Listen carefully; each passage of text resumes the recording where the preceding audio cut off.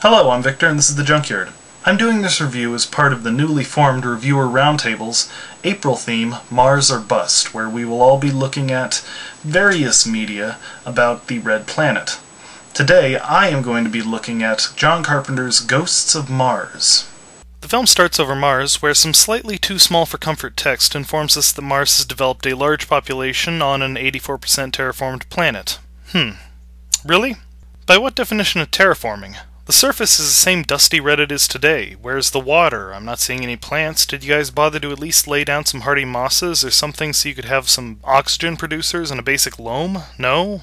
Are these Martian colonists stupid? Or is the art director just really unimaginative?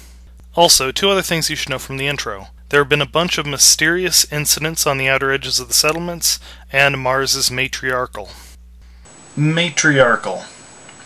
You know, a lot of directors would say that if you were going to shoehorn something like this into the opening text of your movie, you should have just gone back and rewritten the script so that it was part of it, or just thrown out the idea as dead weight.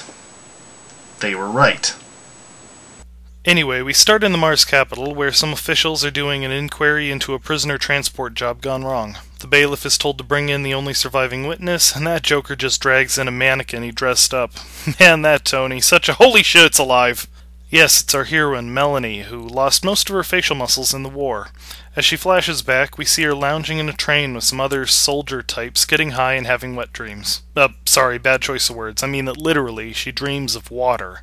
Anyway, her boss, a strangely dressed Pam Grier, finally decides to tell her sloshed subordinate their mission, transporting Desolation Williams, an infamous repeat offender, from Shining Canyon to the capital. Desolation is the kind of nickname you insist people call you in a desperate attempt to get rid of a previous name you got as the result of a traumatizing incident at summer camp. Meanwhile, Desolation has too many syllables, so his new nickname will be Desi. After a comment about how they wish they had more good, solid women on the team, see, it was relevant, they head towards Shining Canyon. Right before Greer hypes up Desi a bit more, we're formally introduced to Jason Statham's impenetrable accent, as he either flirts with, threatens, preaches, or sings to Melanie. Not sure which. They find the town deserted, with stray blood and limbs and sinister craft projects strewn all about. In a surprising bit, we cut back to the inquiry, where Melanie starts to explain what she had heard secondhand to explain why her flashback was about to show events she didn't witness. This might be the first time I've seen a flashback-based movie account for this particular variety of continuity fart. In any case, all this second-hand flashback tells us is that they saw a bunch of bodies strung up. The team sees that there are still people alive in the jail and head in. There they meet a few more disposable characters, inmates, plus a scientist from another town further along the tracks. She escaped a riot in a modified weather balloon, which crashed in a spectacular fireball, in a supposedly low-oxygen environment. They go to talk to Desi, and here I have to draw your attention to an arty thing Carpenter has done a couple of times already. Sometimes when characters are walking down halls or across rooms, the camera does this thing here. Kinda looks like it's trying to show a time transition or something, but whatever it is, it makes me feel a bit queasy, and I hope this friggin' stops. Anyway, Desi won't talk, and they leave, as he gives them the finger behind their backs. Man, no wonder they call him Desolation. Well, they encounter a few more survivors, but they're acting weird and seeing everything through a red filter. Like they were possessed, Melanie says, back at the inquiry. Okay, spoilers, they are possessed. She knows they're possessed by the end. She just used clunky foreshadowing at a government inquiry. Anyway, Pam Grier suddenly disappears and Statham's accent goes out looking for her. Mel rejoins the group just in time to get in the way of Desi's escape. She quickly disarms him, but then he knocks her out with one extremely telegraphed punch. He then tries to make a run for it and is shot to hell by the two other officers. Oh, wait, never mind.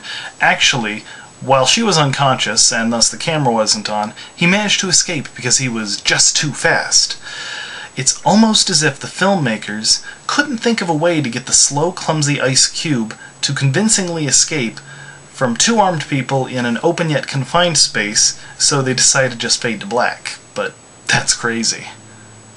Well, Mel tracks Desi down, they're attacked by some crazies, they save each other's lives, and she takes them back to the others for questioning. He claims he didn't kill anybody, and through his flashback we see that what is happening here happened in the last town as well. I also finally noticed that he's wearing red Martian camo pants. As a native of Wisconsin, where those stupid camo clothes are hideously popular, I am both amused and annoyed by this little touch by the costume department.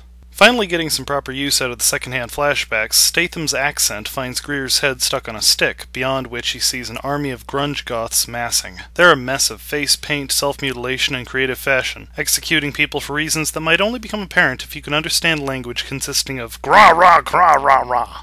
Back with the group, they try to get some answers out of Science Lady. She gets attacked by a grunge goth, but Melanie kills it. We then see the red filter move from the body and swish around the room for someone to possess, and settles on the unarmed old man in the cell.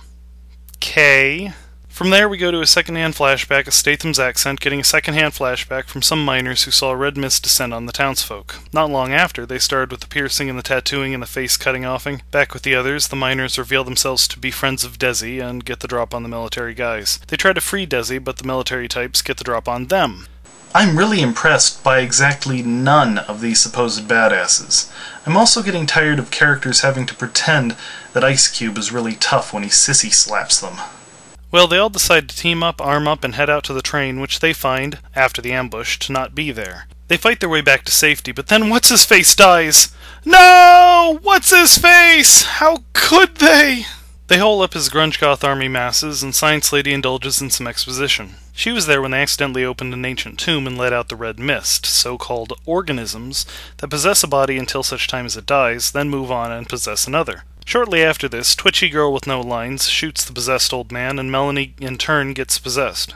Statham's accent suggests that drugging her up might do something, and as they leave her outside, she begins to see flashes of the planet's original inhabitants, a bunch of grunge goths with non-threatening fish faces that even I found kind of adorable. In the end, she's able to fight off the possession, and after a tense moment, they let her back in. Soon, the ghosts of Mars begin their assault on the station, and an extended battle takes place.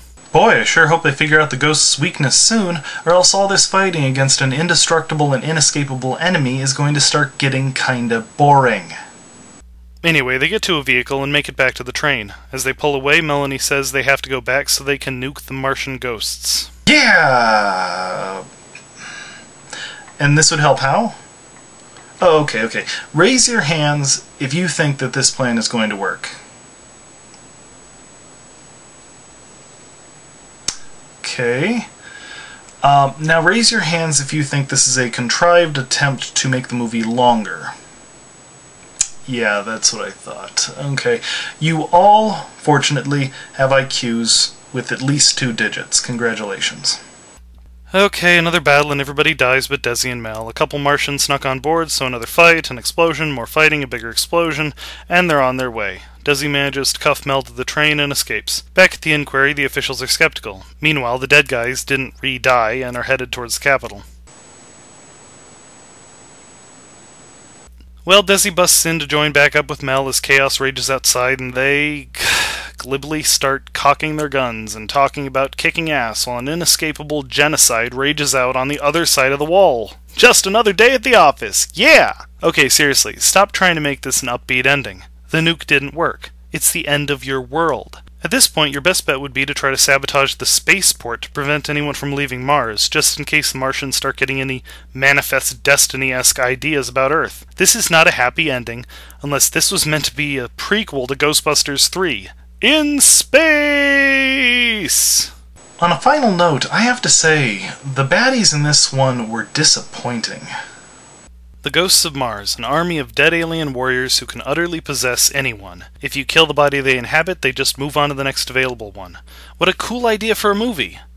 But it wasn't cool. They didn't give them more of a story than they were warriors, they didn't have much of a motivation beyond, "You dang humans, get off our lawn!" and they didn't take full advantage of the premise. Once they possess a body, they start cutting themselves and making weird ornaments. But instead of ornamenting themselves in some uniform way that implied a symbolic return to their old identities, they just did themselves up any old way with whatever was lying about. They can rise from fallen bodies to possess the living, but instead of forcing the heroes to find some non-lethal way of stopping them, to prevent losing one of their number for each one they kill, the heroes just start mowing down tons of them without consequence. And seriously, go back and nuke them? There was no suspense there, they were ghosts. No one on that train thought that was a stupid plan? Everyone watching this movie was saying, stay on the train, warn the city. As long as they're in bodies, they can only move as fast as their legs. You have time to think of a containment plan. And that could have been interesting, but no, we needed another fight scene and an explosion. So yeah, Ghosts of Mars. Questionable effects, bland but at least functional characters, and villains who had a lot more potential than they were allowed to realize. It's not an unwatchably terrible movie, but I know John Carpenter can do a lot better. Anyway, this has been Victor with The Junkyard. Thanks for watching and have a good day.